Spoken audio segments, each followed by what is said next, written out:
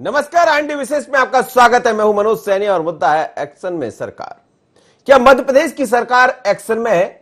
या मध्य प्रदेश की सरकार ये बताना चाहती है कि जिस जनता ने हमको चुना है, फिर मौका दिया है उपचुनाव में, हम आपके साथ हैं। मुद्दा कोई भी हो, चाहे पुलिस भर्ती में महिलाओं के आरक्षण की बात हो, या पुलिस भर्ती में महिलाओं की उम्र ऊंचाई की बात हो, या फिर किसानों को लेकर जो नरवाई दिक्कत पैदा किया करती थी, जिसके कारण प्रदूषण फैलता था, उसको बायोगैस में बदलने की बात हो, या फिर सप्लीमेंट्री जिन छात्रों को मिला है उनको पास करने की बात हो। आज हमने देखा है कि मध्य प्रदेश सरकार के अलग अलग विभागों ने 3 फैसले सुनाए और बड़ी बात यह है कि सभी जनता से जुड़े हुए मुद्दे हैं।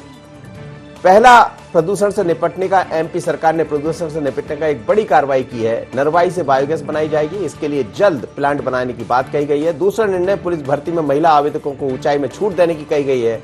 और पुलिस भर्ती में महिला आवेदकों को लेकर गृह विभाग ने बड़ा फैसला किया। जैसा हम बता रहे थे आपको, 158 की जगह अब ऊंचाई जो है 155 सेंटीमीटर की ही जरूरी होगा। और आखिरी निर्णय, शिक्षा विभाग से बोर्ड से सप्लीमेंट्री परीक्षा खत्म हो गई है। एक्शन में सरकार के बड़े 3 फैसले सामने आए हैं। तो क्या माना जाए? जैसे ही सरकार की वापसी हुई है, पहले सरकार कैसी बनी वो आप और हम जानते हैं। उसके बाद उपचुनाव में सरकार, यानी अब जनता की सरकार है, जनता ने चुन लिया है, बहुमत भारतीय जनता पार्टी की सरकार के पास है। और शिवराज ये कह चुके हैं कि चैन से नहीं बैठूंगा। वो खुद भी आज बांधवगढ़ पहुंचे हैं, बाघों को कैसे बचाया जाए इस पर चर्चा कर रहे हैं। लेकिन इसके साथ ही कई बड़े फैसले देखने को मिले। इसका मतलब क्या निकाला जाए, सुनिएगा जरा अलग अलग। चाहे पुलिस भर्ती का मामला हो या फिर नरवाई जलाने का मामला, क्या कहना है दोनों मंत्री द्वय का, सुनिएगा।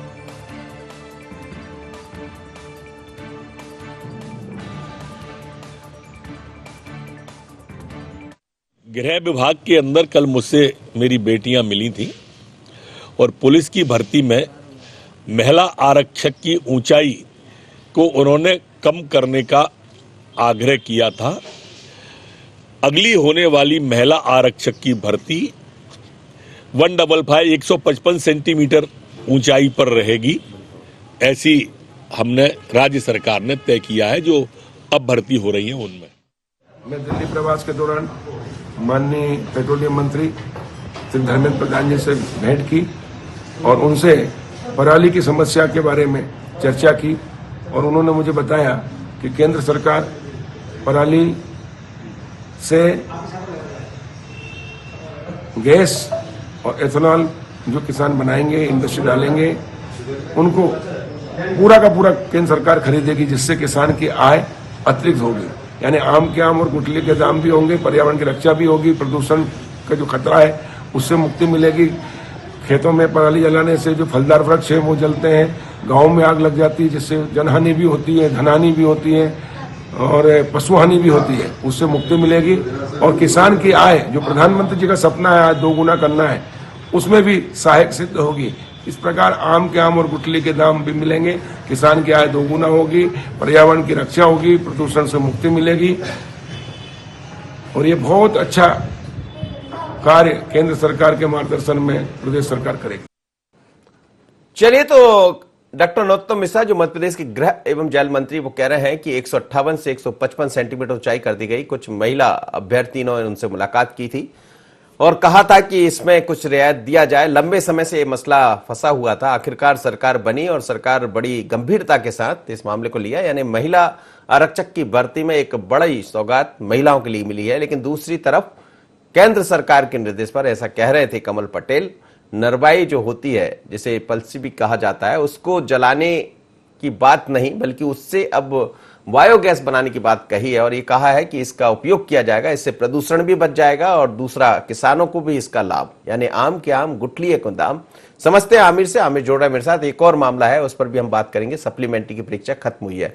आमिर, हम देख रहे हैं कि जैसे ही सरकार की वापसी हुई है, उसके बाद से शिवराज खुद सड़क पर है, लगातार वो जनता के बीच में पहुंच रहे हैं, कई बड़े फैसले ले रहे हैं। और इस बीच आज 3 नए मामले देखने को मिले, जिसमें ऐसा कहा जा सकता है कि सरकार एक्शन में है। देखिए, बिल्कुल मध्य प्रदेश के मुख्यमंत्री शिवराज सिंह चौहान सहित पूरी सरकार महकमा पूरी तरह से एक्शन मोड में है। जबकि जिस तरह से कल मध्य प्रदेश के मुख्यमंत्री शिवराज सिंह चौहान खुद सड़कों पर उतरे थे, कार्यालय पहुंचे थे, जन सेवा केंद्र गए, वहां पर कामों का जायजा लिया, किस तरह से काम हो रहे हैं, लोगों को कितना लाभ मिल पा रहा है, इसलिए वहां के लोगों से भी मुलाकात की। वैसे मध्य प्रदेश सरकार ने आज महिलाओं को लेकर एक बड़ा फैसला लिया है। महिला पुलिस की जब भी भर्ती होगी, पुलिस की जब भर्ती होगी तो महिला आरक्षकों को लेकर 155 सेंटीमीटर उनकी ऊंचाई तय कर दी गई है, यानी 3 सेंटीमीटर कम की गई है। पहले 158 पर जो है महिलाओं आरक्षकों की भर्ती होती थी, लेकिन अब 155 सेंटीमीटर पर महिला आरक्षकों की भर्ती हो सकेगी। इससे पहले कई बार देखने को मिला 1 सेंटीमीटर 2 सेंटीमीटर से भी कई महिलाएं आरक्षक भर्ती से चूक जाती थी, उनका सपना साकार नहीं हो पाता था। और सरकार का यह भी मकसद है कि महिलाएं ज्यादा से ज्यादा सभी विभागों में पहुंचे और वो काम में हाथ बटा सके, क्योंकि सभी विभागों में चाहे वो डॉक्टर्स हो, वकील हो या अन्य निजी काम हो, उसमें महिलाएं भागीदारी निभाती हैं। वैसी महिलाओं पुलिस में भी महिला आरक्षकों की संख्या ज्यादा से ज्यादा हो, इसलिए महिलाओं के हक में सरकार ने आज ये एक बड़ा फैसला लिया है। सरकार के सामने महिला आरक्षकों ने अपनी मांग रखी थी, जिस पर सरकार ने फैसला लिया है। खुद मध्य प्रदेश के गृह एवं जेल मंत्री डॉक्टर नरोत्तम मिश्रा ने आज ये जानकारी देते हुए बताया कि महिला आरक्षक बेटियों ने उनसे मुलाकात की थी और उनकी ऊंचाई को लेकर जो समस्या आ रही थी उसके समाधान की बात की गई थी और उनकी मांगों पर चर्चा की गई और उनके मांगों पर फैसला किया गया है। यानी सरकार अब जब भी पुलिस आरक्षक भर्ती निकालेगी तब महिला आरक्षकों को 155 सेंटीमीटर पर उनकी भर्ती की जाएगी। जी, लेकिन एक और दूसरी बात जो नरवाई जलाने की बात कही जा रही है, ये किस तरह का मसला है और इसमें क्या किया है सरकार ने? क्या इसका लाभ, जैसा वो कह रहे थे कि आम के आम गुठलियों के दाम, क्या वास्तव में ऐसा हो पाएगा? देखिए, इसको यही कहा जा सकता है कि आम के आम गुठलियों के दाम।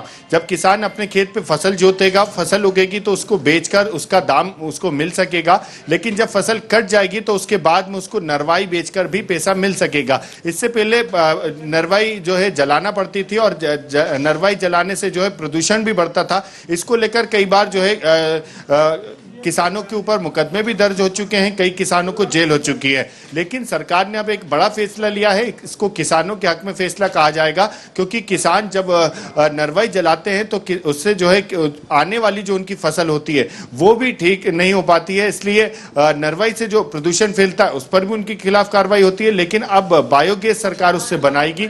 मध्य प्रदेश के कृषि मंत्री कमल पटेल ने भी जो है केंद्रीय पेट्रोलियम मंत्री धर्मेंद्र प्रधान से मुलाकात की, उनसे बातचीत की गई है और बायो प्लांट जो है मध्य प्रदेश में बनाने की बात की गई है। जल्दी इस बायो प्लांट की स्थापना मध्य प्रदेश में की जाएगी, यानी किसानों के खेत से ये नरवाली ली जाएगी और उसके बाद यहाँ खेतों से ही प्लांट पे वो नरवाली पहुंचेगी। यानी किसानों को अब ज्यादा समस्या का सामना नहीं करना पड़ेगा, क्योंकि कई बार आग लगाने की वजह से कई नुकसान भी उनके सामने होते थे। दूसरे खेतों में आग पहुंच जाती थी या दूसरी उनकी जो वस्तुएं वो जलकर खाक हो जाया करती थी। ऐसे कई नुकसान किसानों के सामने हुए थे।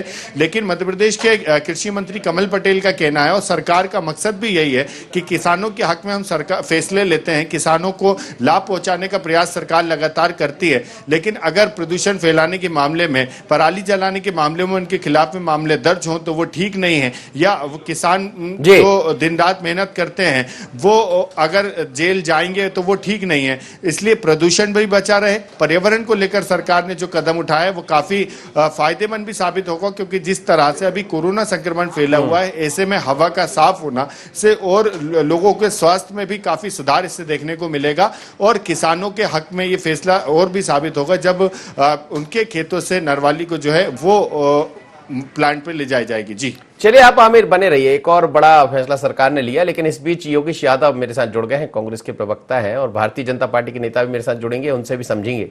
योगेश जी, सरकार बदली है, अब तो जनता की सरकार हो गई। ये बात अलग है कि पहले आप कई तरह के आरोप प्रत्यारोप लगाते रहे, लेकिन सरकार बड़ी एक्शन में नजर आ रही है। और दूसरी तरफ हम कमलनाथ को देख रहे हैं, वो भी दिल्ली से जब लौटे हैं तो ऊर्जा से लबरेज है। क्या ये माना जाए कि 2023 की तरफ सरकार भी बढ़ चली और कांग्रेस भी? देखिए, कांग्रेस का तो हमेशा सचेतना रही है कि जनहित के जो भी कार्य हों उनके प्रति हम सचेत हैं। हमारा लक्ष्य सिर्फ चुनाव जीतना ही नहीं होता है, हमारा जनता की हर जो समस्या है या किसानों के मामले में जो वादे हैं उन पर निश्चय ही नजर रखना, ये कांग्रेस का हमेशा का एक आदतन शक्ल रहा है और कांग्रेस का एक जिसको कह सकते हैं उद्देश्य है कांग्रेस का, तो हम अपने उद्देश्य के लिए चलेंगे। हमारा लक्ष्य सिर्फ यही नहीं है कि हम सरकार को प्राप्त करें, हमारा उद्देश्य सरकार के माध्यम से जनसेवा भी करें।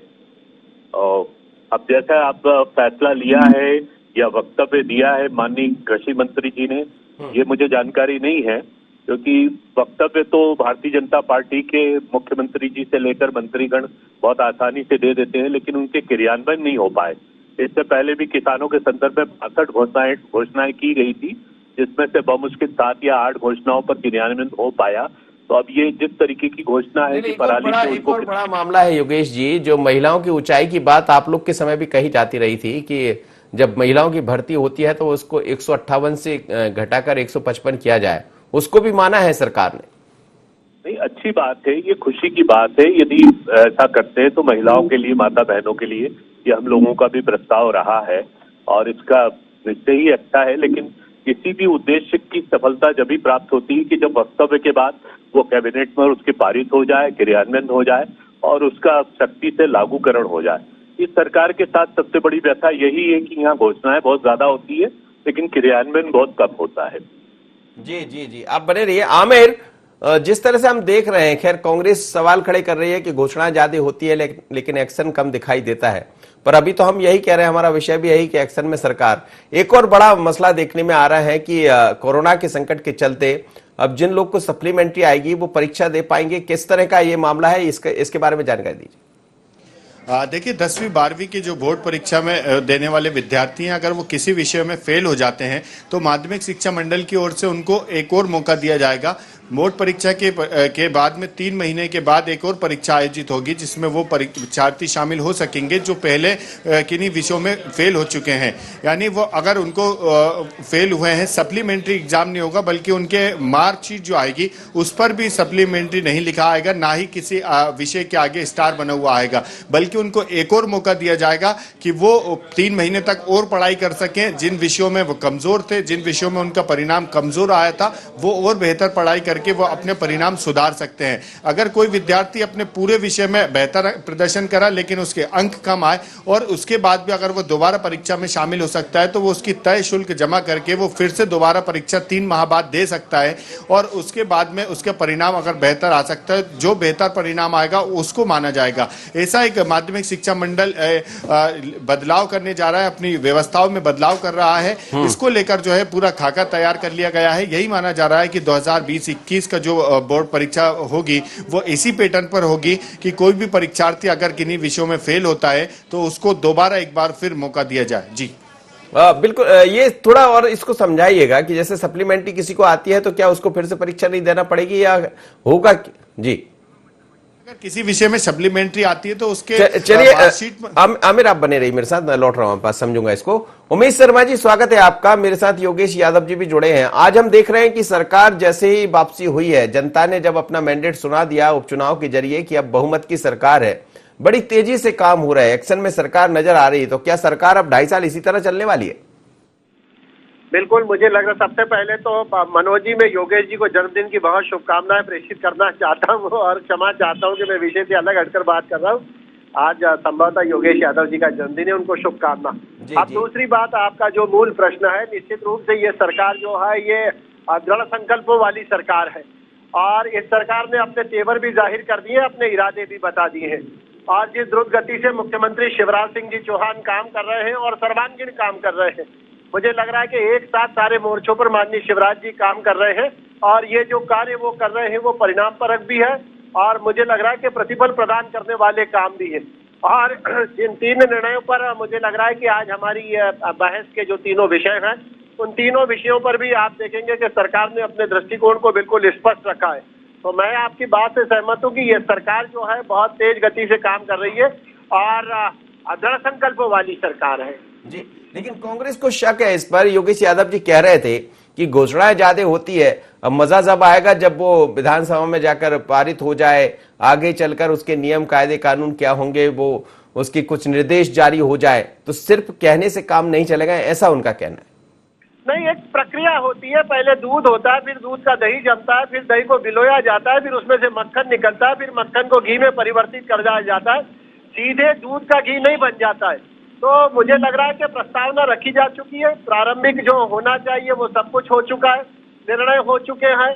अब इन निर्णयों को जो कानूनी रूप का अमली जामा पहनाना है, जो योगेश जी की चिंता का विषय है, मैं उनको निश्चिंत करना चाहता हूं कि वे बिल्कुल निश्चिंत रहे। जो निर्णय करे गए हैं उन निर्णयों को अमली जामा भी पहनाया जाएगा। जिनको विधानसभा में पारित करवाना होगा, भारतीय जनता पार्टी की मुख्यमंत्री शिवराज सिंह चौहान की सरकार के पास पर्याप्त बहुमत है, हम बहुमत के आधार पर उसको पारित कराएंगे और अपेक्षा भी करते हैं कि सकारात्मक निर्णयों में कांग्रेस के मित्र भी सकारात्मक विपक्ष की भूमिका का निर्वहन करते हुए हमारे साथ खड़े दिखाई देंगे, जैसे पहले भी खड़े रहते दिखाई दिए हैं। तो मुझे लग रहा है कि जो जनहित के निर्णय हैं, जो जन कल्याणकारी योजनाएं, उनके बारे में भारतीय जनता पार्टी और कांग्रेस का विभेद त्याग कर आप देखिएगा कि विधानसभा में भी इन सारी चीजों को पारित करवाया जाएगा। योगेश यादव जी, आपको भी जन्मदिन की मेरी तरफ से भी शुभकामनाएं, और उमेश शर्मा जी आपको शुभकामनाएं दे रहे थे, आपने सुन लिया होगा। लेकिन वो कह रहे हैं कि शक करने की जरूरत नहीं है, आप भी साथ आकर खड़े हो जाइए। अब तो जो कहा है वो होकर रहेगा और एक्शन में ही दिखाई देगी सरकार।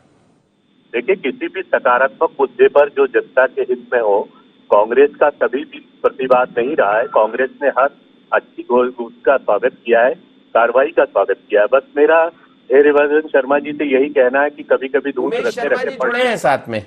हाँ जी जी। कभी कभी दूध रखे रखे फट जाता है, तो वो कब गर्म किया जाएगा, कब बिलोया जाएगा, बस इसकी चिंता हमेशा बनी रहती। क्योंकि कांग्रेस के समय जो भी किया गया वो जल्दी से जल्दी किया गया, और भारतीय जनता पार्टी के समय कई बार दूध रखा ही रह गया और बाद में फट गया दूध। तो ऐसा ना हो जाए कि ये भी दूध फट जाए और हम घोषणाएं सुनते रहें और उसका क्रियान्वयन देरी से हो। तो ये हमारी एक इच्छा जरूर रहेगी कि घोषणा और क्रियान्वयन में फर्क ना हो भारतीय जनता पार्टी की ओर। उमेश शर्मा जी, अब आपने दूध की बात कर दी, आप उसको घी तक ले गए थे, लेकिन उन्होंने कह दिया ये फट भी जाता है बीच में। नहीं, ना तो दूध को फटने देंगे ना बिल्ली को पीने देंगे। अगर कोई बिल्ली दावबाजी में लगी है तो भारतीय जनता पार्टी की सरकार बिल्लियों से भी सतर्क है और दूध की रखवाली करना भी जानती है। और दूध को आप निश्चित रहिए, समय पर उबाला भी जाएगा और आवश्यकता लगी तो उसको डीफ्रीज भी करा जाएगा। तो मैं योगेश जी को बिल्कुल आश्वस्त करना चाहता हूं कि जो निर्णय लिए गए हैं, निर्णयों को वो कार्य रूप में परिणित होते देखेंगे और जो हो भी रहे हैं। तो क्या बिल्लियां दिख रही है आपको? ऐसा आपने बिल्ली का जिक्र कर दिया कुछ। ये राजनीतिक क्षेत्र में काम करते हैं तो राजनीतिक क्षेत्र के अंदर इस प्रकार की घात से हमेशा सरकारों को सतर्क रहना पड़ता है, क्योंकि बिल्लियां जो है वो दूध चट करने के लिए ताक में बैठी रहती है। तो बिल्लियों से भी सुरक्षा रखना है, खिड़कियों को चाक चौबंद रखना है, ये सारी चिंता भी हम करेंगे। और निश्चित रूप से आप विश्वास रखिए कि जनता के सामने घी ही परोसा जाएगा। अच्छा, ये 2.5 साल आपके सामने समय कम है, काम ज्यादा रहेंगे, सरकार से बड़ी उम्मीदें होगी जनता को, और दूसरा नगरीय निकाय भी बीच में है, क्या इसलिए बड़ी तेजी से फैसले हो रहे हैं? नहीं, निश्चित रूप से जनता को सरकार से अपेक्षाएं करना भी चाहिए। जनता जो होती है वो सरकार की सर्वाधिकारी होती है। सरकार का स्वामित्व जो है वो अंततः जनता के पास होता है, मतदाता के पास होता है। और ये सारी चीजें जो है, नगरीय निकाय चुनाव होते हैं या कोई बाई इलेक्शन होगा या और पंचायतों के चुनाव होंगे, ये सब एक स्वाभाविक प्रक्रिया है, ये हर बार चलती रहती है। इनके चलने से सरकार के कामकाज पर कोई बहुत विशेष अंतर नहीं पड़ता है।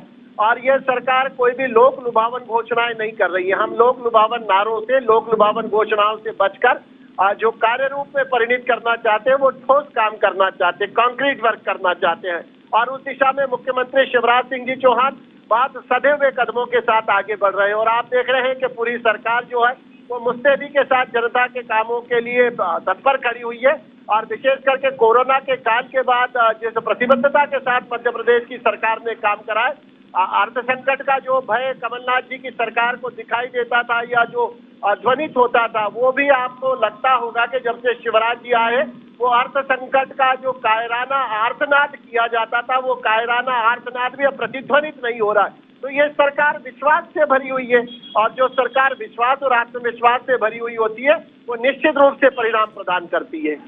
योगेश जी, आपके पास तो यही चलता रहा कि हम लोग के पास वित्त का संकट है, आर्थिक संकट है, इसलिए हम आगे नहीं बढ़ पा रहे। और वही उमेश शर्मा जी एक बड़ा आरोप लगा रहे हैं कि यहाँ कोई ऐसा नहीं है, आपको ना तो शंखनाद सुनाई दिया ना ही नाद सुनाई दिया, सिर्फ यही चल रहा है कि हम कैसे आगे बढ़ा जाए। आप जरूर कह रहे हैं कि शक है, कहीं घोषणाएं परिवर्तित हो पाएगी या नहीं हो पाएगी, काम के प्रति कार्यशैली में परिवर्तित हो पाएगी या नहीं हो पाएगी, लेकिन वो कह रहे हैं कि हमारा काम ऐसा नहीं है, इशारा आपकी तरफ ही है। मनोज जी, कांग्रेस की सरकार में, कमलनाथ जी की सरकार में हमने सबसे पहले पूंजीगत व्यवस्थाओं की तरफ ध्यान दिया। पूंजी को जनरेट करने की कोशिश की। जो भी लोक लुभावन बातें होती हैं या कार्य होते हैं, उससे पहले उस वित्तीय प्रबंधन करना बहुत आवश्यक है। और कमलनाथ सरकार ने जिस तरीके से मध्य प्रदेश में वित्तीय प्रबंधन के लिए कार्य किया मैग्निफिसेंट के रूप में, और हमने उद्योगों को आमंत्रित किया, उससे एक सुदृढ़ मध्य प्रदेश आज जारी हुआ। एक 15 साल का भारतीय जनता पार्टी का इतिहास है, जहां घोषणाएं थी, क्रियान्वयन नहीं हो पाया था। और मैं समझता हूं, जहां तक मेरी जानकारी में 32,000 घोषणाएं थी 15 साल के कार्यकाल में। हम ये चाहते हैं कि घोषणाएं तो बहुत आसानी से हो जाती है, उसके क्रियान्वयन के लिए आपके क्या दृष्टिकोण होना चाहिए, क्या आपका विशेषकर आर्थिक प्रबंधन क्या है आपका, इन सब बातों का यथार्थ पर विश्लेषण करना बहुत आवश्यक है। नहीं तो फिर हम बोल देते हैं, कर देते हैं और बाद में यही कहते हैं कि हमें कर्ज लेना पड़ेगा, साहब हम ये नहीं कर पा रहे। तो इन बातों में एक तकनीकी के वैज्ञानिक आधार रखना बहुत जरूरी है। घोषणाएं बहुत आसान होती है और सरकार को क्रियान्वयन के रूप में चलाना एक बहुत कठिन कार्य होता है। लेकिन फिर भी कांग्रेस के कमलनाथ की सरकार ने या कमलनाथ जी ने जब भी कुछ कहा है तो उसके क्रियान्वयन तक गए हैं, उसके अंत तक गए हैं और उसके परिणाम तक गए। हम चाहते हैं कि अब 15 साल वाली पुनरावृत्ति इतिहास की ना हो और ये दोहराए ना इतिहास। और अब जो इनको समय मिला है वो भारतीय जनता पार्टी जो कह रही है वो करके दिखाए। जी उमेश जी। जी, मैं योगेश जी की बात से सहमत हूँ कि कैपिटल जनरेट करना सरकार की प्राथमिकता थी, कमलनाथ जी की सरकार की, पूंजी की व्यवस्था करना। और ये पूंजी की व्यवस्था 3 लोगों ने बहुत खूबसूरती से करी थी। एक तो मिगलानी साहब ने करी थी, एक प्रवीण कक्कड़ जी ने करी थी और रतुल पुरी जी ने करी थी। तो मुझे लग रहा है कि पूंजी की व्यवस्था प्राथमिकता तो थी, पर वो प्राथमिकता जनता के और जनकल्याण के कामों के लिए नहीं थी। जिस प्रकार के घोटाले और भ्रष्टाचार 15 महीने के अंदर सामने आए हैं, जिस प्रकार के स्कैम सामने आए हैं, जिस प्रकार की इनकम टैक्स की रेड पड़ी है, ईडी के नोटिसेस जारी हुए हैं, तो मुझे लग रहा है कि कैपिटल का प्रबंधन तो करा गया था, पर उसके भीतर का जो भाव था वो भाव शुद्ध नहीं था और जनता के प्रति जुड़ाव वाला नहीं था। भारतीय जनता पार्टी की सरकार सारे प्रबंधन भी करेगी और सारे कार्यों को क्रियान्वित भी करेगी और जनता से जुड़े हुए भाव के साथ करेगी। योगेश जी, बड़ा सवाल खड़ा कर दिया है कि यहाँ 3 लोग वैसे नहीं है, यहाँ तो सभी लोग लगे हैं और मकसद एक ही है कि सिर्फ काम करना है। जनता की बात कर रहे हैं, आप कहाँ टर्न कर रहे थे उस बात को? हम जनता की बात कर रहे हैं कि जनता के लिए हमने युवाओं के रोजगार के लिए हमारा विजन था। आपके पास विजन नजर नहीं आ रहा, इसलिए कहा है आप कर्ज पर कर्ज लिए जा रहे हैं। अभी 7 महीने में आपने 7-8 हजार रुपए का कर्ज, 7-8 हजार करोड़ का कर्ज ले लिया अभी आप। तो ये जो होता है ना कि कर्ज लेकर घी पीना और सरकार चलाना और घोषणाएं करना, इसको एक अच्छा प्रशासनिक तौर पर या एक अच्छी सरकार नहीं कही जाती है। सरकार, अच्छी सरकार वही रहती है कि जिसके अंदर कि हम अपने स्रोत को कायम करके अब अपने को आगे बढ़ाएं और एक अच्छा वित्तीय प्रबंधन दें, जैसे पंजाब में दिया जा रहा है कांग्रेस की सरकार में, छत्तीसगढ़ में विकास हो रहा है। तो विकास की बातें कीजिए आप। हाँ, आप आलोचनाओं के अंदर पड़े रहते हैं कि ये हुआ वो हुआ। अब आप कुछ करके मध्य प्रदेश का भी आप बता दीजिए किस तरह से वित्तीय प्रबंधन हो रहा था। देखिए, हमने जो हम लोग जिस तरीके से उद्योग ला रहे थे राष्ट्रीय अंतर्राष्ट्रीय स्तर पर, मैग्निफिसेंट की बात हो रही थी, एक दिन में 8,000 करोड़ के MOU साइन किए गए थे, जो ऐतिहासिक घटना थी। वो सिर्फ घोषणाएं नहीं थी, हमने और भी जनरेट किया था। हमने कोऑपरेटिव सोसाइटी और इस तरह MOU तो पहले भी साइन होते रहे हैं योगेश जी। साहब, मनोज साहब, कांग्रेस ने 15 महीने में वो करके दिखाया है कि मैं नहीं समझता हूं कि कुछ आप यदि यथार्थ के धरातल पर देखेंगे तो सिर्फ घोषणाएं नहीं थी, कांग्रेस की तरफ से क्रियान्वयन हुआ था और कार्य हुए थे और उसके सुखद परिणाम आ रहे थे। अब चूंकि सरकार अब गिरा दी गई तो गिरा दी गई, प्रजातंत्र तो नहीं था, वो गिरा दी, स्वीकार कर लेते हैं साहब, गिरा दी उन्होंने, क्या कर। उमेश शर्मा जी, MOU पहले भी साइन हुए हैं और वही MOU का आप भी जिक्र कर रहे हैं, यानी योगेश जी भी जिक्र कर रहे हैं। लेकिन अब जब सरकार जा रही, मेरी अभी 2 दिन पहले ही बात हो रही थी ओम प्रकाश सकलेचा से, उन्होंने कहा कि MOU साइन इस बार नहीं होंगे। तो क्या ये माना जाए कि पहले जो भी MOU साइन कर रहे थे, चाहे आप हो या पूर्व की सरकार हो, सिर्फ साइन होते थे? नहीं, ऐसा नहीं है कि साइन नहीं होते थे। भारतीय जनता पार्टी के समय जो MOU साइन हुए थे, आप इंदौर का उदाहरण ले लीजिए, TCS का काम यहाँ शुरू हो गया, इन्फोसिस ने यहाँ पर आके अपना काम शुरू कर दिया है। आप सुपर कॉरिडोर पे जाएंगे, जितने उद्योगों को जमीनें आवंटित करी गई थी उन सब ने मूर्त स्वरूप धारण कर लिया है, आकार ले लिया है। और जहाँ तक मेरे बड़े भाई योगेश जी कह रहे थे कि सरकार को कर्ज लेके चलाना पड़ रहा है, तो हम कोई लाभ का धंधा करने के लिए सरकार में नहीं बैठे हैं। अगर जनता से जुड़े मुद्दों के लिए सरकार को कर्ज लेने की आवश्यकता पड़ेगी तो कर्ज भी लेंगे, और जिस समय सरकार के अपने स्रोतों से वापसी प्राप्त हो जाएगी तो कर्ज का भुगतान भी करेंगे। पर केवल इस आधार पे कि हमारे पास पैसा नहीं है और हम कर्जा नहीं लेंगे, इस आधार पे जनता से जुड़े कामों को नहीं रोका जा सकता है। तो मध्य प्रदेश के अंदर डेवलपमेंट, मध्य प्रदेश की प्रोग्रेस, मध्य प्रदेश के प्रगति और विकास के लिए भारतीय जनता पार्टी की सरकार को अगर कर्ज लेकर भी काम करना पड़ता है प्राथमिक तौर पर, तो हम उससे भी कोताही नहीं बरतेंगे। हम कोई उद्योग धंधा तो चला नहीं रहे, हम एक सरकार चला रहे हैं, और एक ऐसी सरकार चला रहे हैं जो सर्वव्यापी है, जो सर्वस्पर्शी है, जो सर्वजन हिताय सर्वजन सुखाय की सरकार है। तो उस सरकार को चलाने के लिए जिस भी स्तर पर भारतीय जनता पार्टी के नेतृत्व को जाना पड़ता है, मुख्यमंत्री को जाना पड़ता है, जनता से जुड़े हुए कामों को सिद्ध करने के लिए हम वो सब कुछ करेंगे। चलिए, बहुत बहुत धन्यवाद आप दोनों मेहमानों का, आप मेरे साथ जुड़े। लेकिन आमिर, एक छोटी सी प्रतिक्रिया आपकी जरूर लेना चाहूंगा। आप सप्लीमेंट्री की बात कर रहे थे, ये किस तरह का मसला होगा और क्या माना जाए आने वाले दिनों में, और क्या नए फैसले सरकार ले सकती है?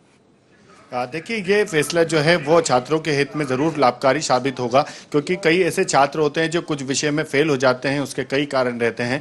लेकिन इस बार उनके परीक्षा परिणाम आएंगे उस पर जो है सप्लीमेंट्री नहीं लिखा आएगा, ना ही उस पर स्टार बना हुआ आएगा, बल्कि वो जिन विषयों में फेल हुए हैं वो दोबारा परीक्षा दे सकते हैं। इसके लिए 3 महीने बाद फिर से एक परीक्षा आयोजित होगी। सरकार का ये छात्रों के हित में एक बड़ा फैसला कहा जा सकता है, क्योंकि सरकार ने जिस तरह से फैसला लिया है महिला आरक्षकों के लिए, तो ये महिलाओं के लिए एक अच्छा फैसला है। साथ में किसानों के लिए एक अच्छा फैसला लिया गया है, छात्रों के लिए भी अच्छा फैसला लिया गया है। सरकार जब भी कोई जन कल्याणकारी हो, विकास की हो, क्षेत्र के विकास की हो, चाहे वो छात्रों के हित की बात हो, महिलाओं के या किसानों की, तो सरकार के फैसले का जरूर स्वागत करना चाहिए और इसमें विपक्ष को भी बिल्कुल कंधे से कंधा मिलाकर काम करना चाहिए। लेकिन जिस तरह से अभी कांग्रेस प्रवक्ता की बात सुन रहे थे, वो बात खेत से निकालकर खलियान तक ले गए थे, और वो बात किसान के खेत की पराली जलाने की बात थी, इससे प्रदूषण बचना था, लेकिन वो बात को कहां से कहां ले गए। और उसके बाद जिस तरह से सवाल सरकार की योजनाओं पर खड़े कर रहे हैं, लेकिन इस बात को जरूर कहा जा सकता है कि जब भी कोई भी सरकार हो, चाहे वो कांग्रेस की सरकार हो, बीजेपी की हो, लेकिन जब वो महिलाओं के हित में, किसानों के हित में, छात्रों के हित में या क्षेत्र के विकास के लिए जनता की जन कल्याणकारी योजनाएं लेकर आए, तो उसका जरूर स्वागत करना चाहिए। बिल्कुल, हमें सही कह रहे हैं आप, और हमें लगता है कि कभी कभी जब काम इस तरह होते हैं तो बढ़ चढ़कर मिलकर काम। आपका धन्यवाद। लेकिन मध्य प्रदेश में ये सरकार एक नए मूड पर नजर आ रही है, एक्शन में सरकार नजर आ रही। खुद मुख्यमंत्री शिवराज कमलनाथ अब नहीं रहे, लेकिन बात जरूर कमलनाथ की होती रहती है। पर शिवराज के साथ साथ पूरी शिवराज की सरकार, चाहे डॉक्टर नरोत्तम मिश्रा की बात करें या फिर कृषि मंत्री कमल पटेल और एजुकेशन मिनिस्टर परमार सहित तमाम तरह के लोग लगे हुए हैं। और सरकार का शायद मकसद यही है कि जिस उम्मीद के साथ फिर से हमें मौका मिला है, उस मौके पर खरा उतरे, क्योंकि जनता अब एक एक चीज का हिसाब करती है। चुनाव 2.5 साल बाद फिर होना है, ये भी समझ रही है सरकार। इतना ही, मुझे दीजिए इजाजत, बने रहिए IN24।